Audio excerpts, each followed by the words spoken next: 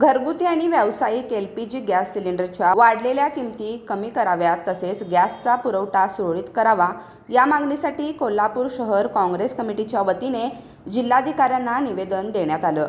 महागाईमुळे सर्वसामान्य जनतेचे जगणे आधीच कठीण झाले असताना केंद्र सरकारने LPG गॅसच्या किमती वाढवून जनतेवर आर्थिक बोजा टाकल्याचा आरोप काँग्रेसने केला आहे। माजी पंतप्रधान डॉक्टर मनमोहन सिंग यांच्या नेतृत्वाखालील UPA सरकारच्या काळात आंतरराष्ट्रीय बाजारात किमती वाढल्या तरी त्याचा भार थेट जनतेवर टाकण्यात आला नव्हता।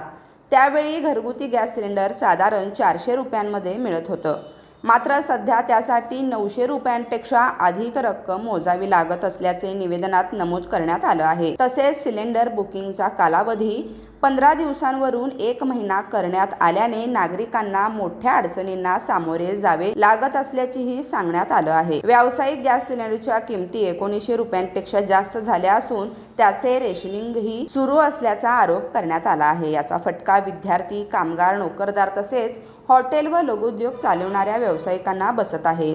अनेकांना शिक्षण, नोकरी किंवा व्यवसायानिमित्त बाहेर जेवण करावं लागत आहे। त्यामुळे व्यावसायिक गॅसच्या किमती वाढल्यास खाद्यपदार्थाचेही दरही वाढण्याची शक्यता व्यक्त करण्यात आली आहे। सरकारकडून गॅसची टंचाई नसल्याचे सांगितले जात असले तरी प्रत्यक्ष परिस्थिती वेगळी असल्याचा आरोप काँग्रेसने केला आहे।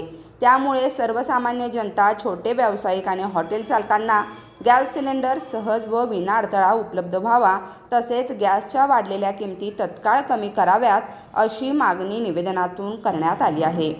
हे निवेदन जिल्हा काँग्रेस कमिटीचे अध्यक्ष आमदार सतेज पाटील, कोल्हापूर शहर काँग्रेस कमिटीचे शहराध्यक्ष सचिन प्रल्हाद चव्हाण आणि कोल्हापूर यांच्या वतीनं देण्यात आलं।